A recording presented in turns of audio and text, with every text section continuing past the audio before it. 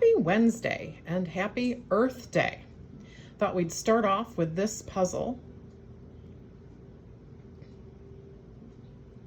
Give you a moment to look at it here. And then I am noticing that in the fourth equation here we have the van divided by the bird is 1. What does that tell us about those two things? It tells us it has to be the same. So now I can go up to this equation and realize that each of those has an equal value. And each of those would be 11.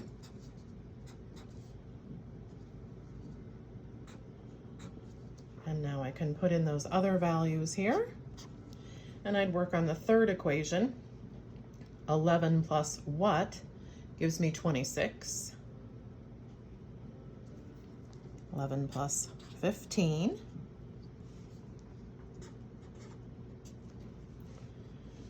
And now I'm thinking 15 minus something plus 11 gives us 19. So if I covered this up, I would say, what plus 11 gives me 19? I would think, well, 8. So now I need to make this equal 8. So 15 minus what is 8? 15 minus 7 is 8. Plus 11 gives us 19. So we'll go through and fill in the rest of the values here. Our bird is 11.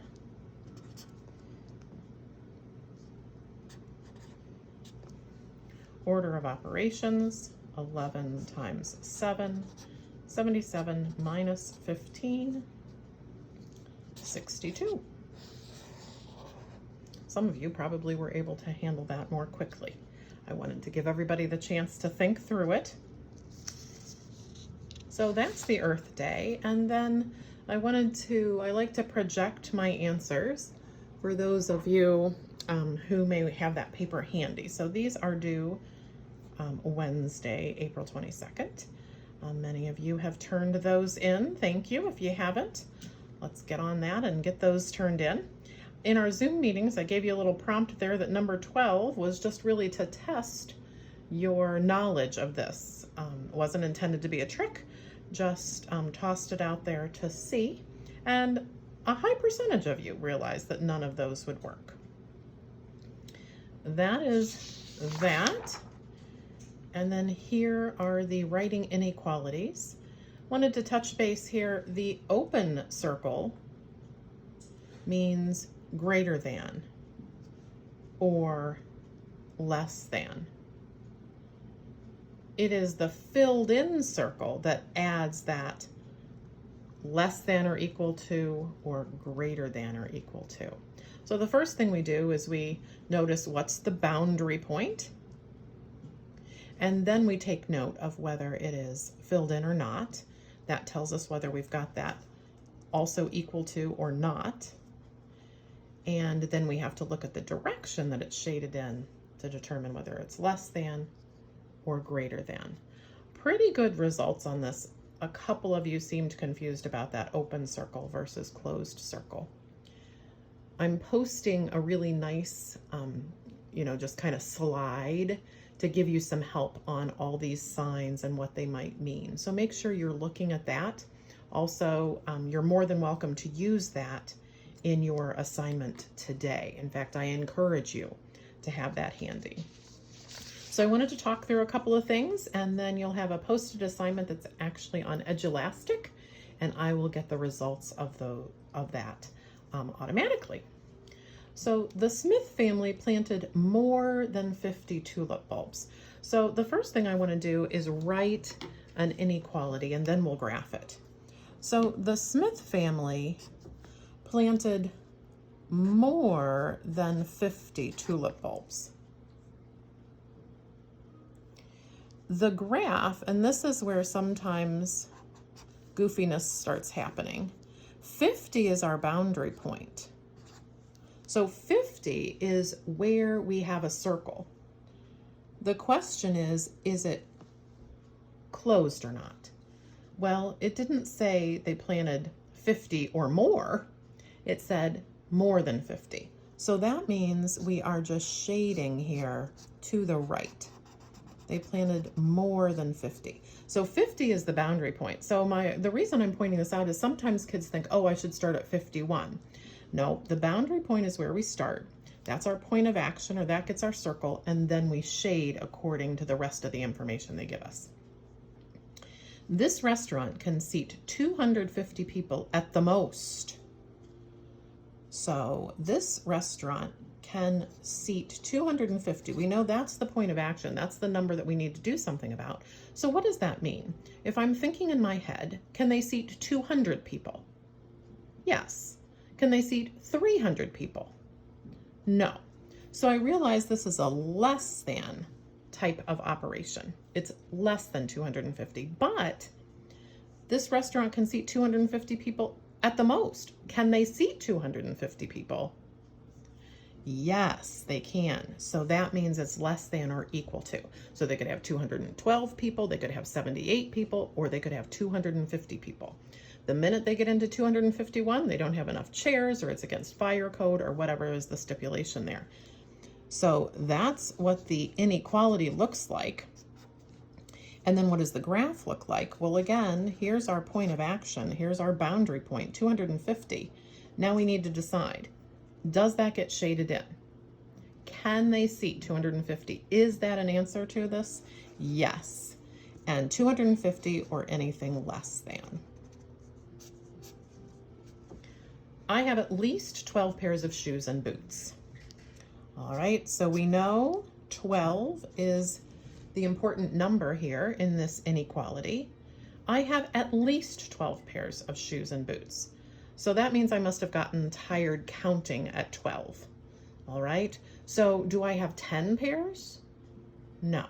Do I have 8 pairs? No, I have at least 12. So that means it's 12 or more. And did you see what I said there? It's 12 or more. So that's why this is greater than or equal to 12. So you really have to kind of step back for just a second and kind of think through it and give yourself scenarios just like I did. So 12 is our boundary point. That's the point of action. That's the important number in this inequality. Is 12 a possibility? Yes, it is. And something more than that as well. Anything more than that is a possibility. I might have more than 12 pairs of boots and shoes and sandals and all that good stuff when I combine them. On school days, my children cannot have more than 2 hours of non-academic screen time. All right, so I know that 2 is an important number in this. On school days, my children cannot have more than 2 hours. So what does that mean? Can they have 3 hours? No. So it needs to be less than 2. Is 2 a possibility? On school days, my children cannot have more than 2. So yes, 2 is a possibility. So it has to be 2 hours or less. So here's my boundary point. Oh, I didn't do very good spacing here, did I? 2 is a possibility, so that gets filled in. And then everything less than that. If they only have 10 minutes of screen time, that's totally fine with me. If they have 5 hours, then they are breaking the rules, and my goodness, where would they find that many hours in the day? All right, now I wanted to talk about this. This was something that came up on the snail page. So a lot of times you'll notice I always write mine with the X first. They threw this at you.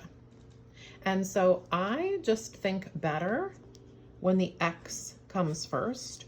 So this is the same thing as this. 5 is greater than X is the same as X is less than 5. So I encourage you, if you received comments back on this, that you had some problems with that, specifically when these were presented in the opposite order, the number first, then I encourage you to take a moment and do that. So X is less than 5. 5 is our boundary point. Is 5 an answer? No, it's everything less than. So we shade to the left. Last one I wanted to talk about. This too was a little bit more on the snail page, but I will graph it also. So I'm going to toss out some numbers here. Which of these fulfill this inequality? Meaning, which of these are true answers? So I say x is less than or equal to 17. So then I put these values in. Is 15 less than or equal to 17? Yes, it is. So I would circle that. Is 72 less than or equal to 17? It is not. Is 17 less than or equal to 17? Yes. This is the one that a lot of you missed. And when I say a lot, it was more than I wanted to see. And is 0 less than or equal to 17? Yes, it is. So if you were doing circling, that's what it would look like. If you were putting this on a number line, x is less than or equal to 17. So I know 17 is my boundary point. Is 17 a possible answer? Yes, because of this line.